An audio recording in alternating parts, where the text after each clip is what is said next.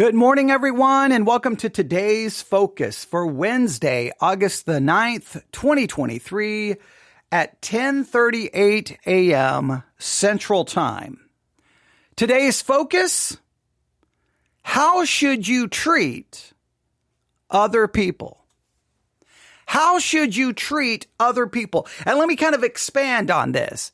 Do you think Christians in general treat other people in a way that is in accordance with what the scriptures tells us to do? Do you think Christians treat people in a biblical way? Do you think the way we interact with people, the way we treat people, the way we talk about people, do you think it's biblical? Do you think it's God glorifying, God honoring, or does it come across as carnal and fleshly and not much different than the way the world treats one another? Now, I will tell you, if you don't have anything to do, just go hop on social media and look at how Christians interact. And sometimes the way they talk about one another, how they talk about other Christians, how they may talk about politicians. In many cases, it's just as fleshly and just as carnal as what the world does. Oh, the only difference is we, of course, may not use explicit language. We may not use any quote unquote cuss words, but I think in many cases, it's not so great. And someone just says it may depend on the venue. I think there's a lot of truth to that. I think sometimes Christians don't.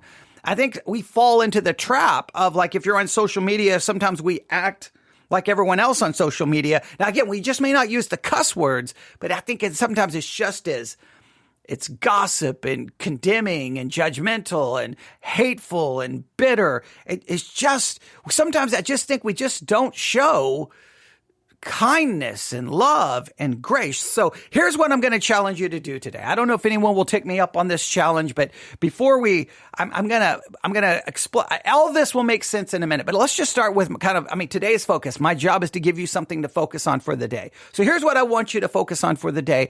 If you so desire to participate, and if you do participate, please send me all of your findings to newsif@yahoo.com. That's newsif@yahoo.com. I want you to go through the Bible and find all the scriptures that seem to outline how we are to treat others. We know things like we are to love our enemies. We know we are to turn the other cheek. We know we are to resist not evil. We know we are to forgive as Christ has forgiven us. Now, I know it's all law. By the time you're done looking at all of it, you should be like, woe is me. I am undone. I don't treat people this way, and realize you need Christ and you need the gospel. But at the same time, it should convict you to maybe think about how you interact with other people. How do you interact with other people?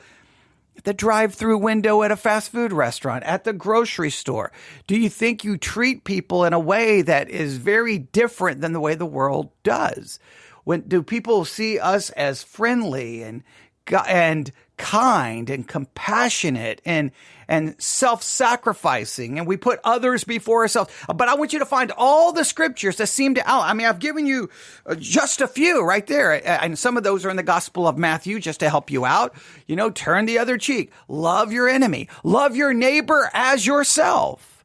Philippians talks about putting others before yourself. I think that's Philippians chapter 2. And then in Romans chapter 12, we read some things like this. Romans chapter 12, verse 10. Be kindly affectioned one to another with brotherly love and honor, preferring one another. Be kindly affectioned one to another with brotherly love and honor, preferring one another. And then distributing to the necessity of saints, given to hospitality. Bless them which persecute you. Bless and curse not. Rejoice with them that do rejoice, and weep with them that weep. Be of the same mind one toward another. Mind not high things, but condescend to men of low estate. Be not wise in your own conceits. Recompense to no man evil for evil. Provide things honest in the sight of all men. If it is possible, as much that lieth in you, live peaceably with all men. Dearly beloved, avenge not yourselves. Therefore, if thine enemy hunger, feed him. If he thirst, give him drink. Be not overcome of evil, but overcome evil with good. I want you to just make a list today of all the scriptures that outlines how you are to treat other people, how you are to deal with other people. Now, again, I know if you're even remotely honest, when you're done, hopefully you say, woe is me, I am undone. I do not do these things. And you will understand your only hope is in the finished work of Jesus Christ who did all of these things for you. But at the same time, maybe it will cause us to think next time we engage with someone, whether it's online, whether it's someone cutting us off in traffic, whether it's someone in a fast food restaurant, whether it's a fellow employee at work, whether it's someone in your own family. Do you show patience, love, kindness? Amen or oh me? Just thinking about this, I'm like, oh me, because I probably fell at this all the time. Now, why am I bringing this all up at 10:44 a.m. on a Wednesday? Why? Well, because early this morning, I don't know what time it was, maybe, 5 a.m., 6 a.m., I was like, well, let me catch up with what's going on in the world. And so I grabbed my iPad and just started listening to all the news podcasts I subscribe to. I ended up at the Daily Briefing. Now, the Daily Briefing, I can't remember the full name of the podcast, but it deals with what's going on in Israel. In fact, I don't know. Do I have it saved here? I don't have it saved here. Let me look here. Do I have it on one of my podcast apps? It's the Daily Briefing. I can't remember the full name because there's a couple of podcasts called the Daily Briefing, but it deals with what's going on every day in the nation of Israel.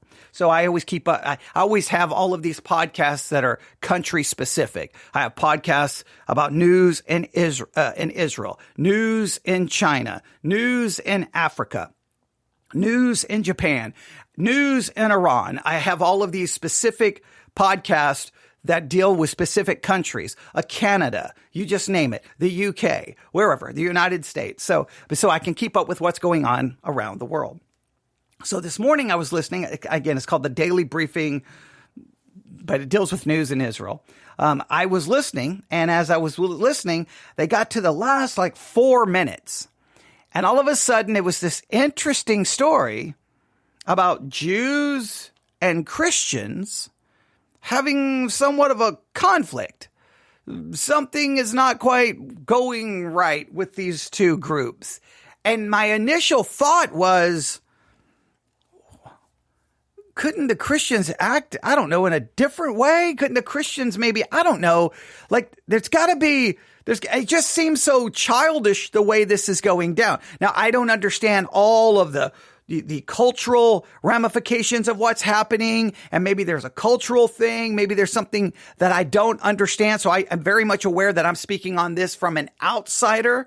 So I may miss some certain of the nuances here. There may be some nuance and layers here that I'm missing. But from an outsider, I'm just like, Christians and Jews, there's a conflict or there's a disagreement here. Okay, I place no expectation on Jews who have not accepted Christ as their Messiah, but for the Christians, I would at least challenge them to consider in this situation, in this conflict, how should you be treating people on the other side? What could you do to act in a way that's in accordance with the scriptures? What do you think you could do? And then it challenged me in situations where I find myself in difficulty or conflict. Am I treating others in a biblical way? Because remember, as Christians, we are called to even love our enemy, to do good to them that persecute you, to bless them that persecute you. That if you see your enemy hungry, you give them food. If you see them thirsty, you give them drink. As Christians, we are called to this very extremely high standard, which we're always going to fail. That's why we need Christ. But it just made me think, I wonder if there's a better way. To me, it's a strange story. We're going to listen to this. It's very short. It's going to go by relatively quick, but I don't know. Maybe it's just me, but it's one of those situations where immediately when it was done, I'm like, well, how do I treat others? I tend to always try to listen to things and then first look at myself, right? Before I make any judgment about them, I first look at myself and think, in what ways have I acted childish or foolish or not in such a biblical way? Well, there's been thousands of times. So you can tell me what you think about how they acted. Are you ready? Here we go. Here's the story. Again, it's called The Daily Briefing. I wish I had the full name of the podcast, but I don't in front of me. But it's The Daily Briefing, and it deals with daily news from Israel. And this is what they were talking about early this morning. That. Kanan, let's end with a curious story out of Haifa's Stella Maris Church, where ultra-Orthodox Jews are increasingly making pilgrimage to what they consider as the grave of the prophet Elisha, who was Elijah's disciple from the Bible. So why are the Jews suddenly interested in this site? That's the question, isn't it? Because their arrival has really, really ruffled some feathers among the Christians in Haifa, a fairly well-to-do, a fairly affluent demographic that's having very few problems with the authorities and states, generally speaking. And the arrival of dozens of pilgrims to the church is being seen as a provocation. It's being experienced as an attack, actually. Okay, so the Christians are getting upset because Jews are making a pilgrimage to this church. They see it as an attack, as a provocation. I understand there's a cultural issue here. But would I see that as an attack? I'd be like, oh, lots of people coming to our church because they see this site as a holy site. Okay. Now, how could I greet them in a way by showing them love and compassion? How could I greet them in a way that would be like, hey, you see this as a holy site? All right. Got you. Okay. This is our church. How can we work this out? All right. It does seem like a silly thing, someone in the chat said, but let's listen to the rest of this. All kinds of questions that the Christians are asking. Why do they want to go into our church when halacha forbids them from going in? Well, trying to answer those questions, I spoke to a number of those pilgrims. And the reason it was recently added to the roster of pilgrimage of visits to the graves of Jewish sages is that you can't actually access the burial place, right? It's less attractive to these pilgrims. And so it was kind of a afterthought that got tacked on at a much later stage when those tours initially gained track, became tradition. And so this is a recent development, and they can't access the burial place for exactly those reasons that are making the Christians scratch their heads. So what they do is they want to stand outside the shrine, and they want to get as close as possible. Some of them have been touching the walls. Others maintain a respectful distance just opposite the church. But in any case, what this does is provokes a lot of animosity from the Christians. There's actually an impromptu security force that got formed. Some of the Christians there, some of the young men from the Christian community sleep on mattresses or have slept on mattresses at the church to greet those pilgrims who know that there's going to be trouble. And so they aim to come there at 3, 4 a.m. Now there's been recently a change in the dynamic because they erected a fence, a large green fence. And that's also an emotional issue for the Christians because Stella Maris, if you know it, it's overlooking the Western Carmel onto the sea. There's a great feeling of space. That's why the church is so iconic also, that it's one of the oldest in Haifa. It's from the 19th century. And so you arrive there and you have this unhindered view of the Mediterranean, and suddenly now you have this green fence, and they say that it's just the sign of their persecution, of attacks. The other side doesn't construe coming near the church as an attack, and there's a debate about the definitions. But hopefully the fence will keep everyone happy because it prevents the pilgrims from accessing, basically trespassing, while still accommodating the need of some of them to get near to the burial place of Elisha. As they say, good fences make good neighbors. Thank you, Kanan and Tal, for joining me today. Thank you. Thank you, Amanda. Thanks for listening to the Times of Israel's Daily Briefing, and stay tuned for another installment tomorrow. This episode was the Times of Israel Daily Briefing. Is that not the most bizarre story you've ever heard? The pilgrims just want to come to the church. They may want to touch the wall. They want to get as close as possible. The Christians are like, back off. You're trespassing. Don't get near our building. You're persecuting us. We're going to put up a big fence because good fences make good neighbors. What in the world? I do not understand. I would be like, oh, come on. That's all right. Hey, you can stand close. You can touch. Hey, now the only thing we ask is don't interrupt. Get off our lawn. Exactly. Get someone in the chat just said, get off our lawn. That's get off our lawn. How dare you? Look, they're coming. What are the prophets of Judaism, right? Obviously a prophet that we read about in our own Bibles. Hey, look, why wouldn't you just go out there and say, hey guys, let's work this out. Okay, let's work this out. We want you to be able to come here.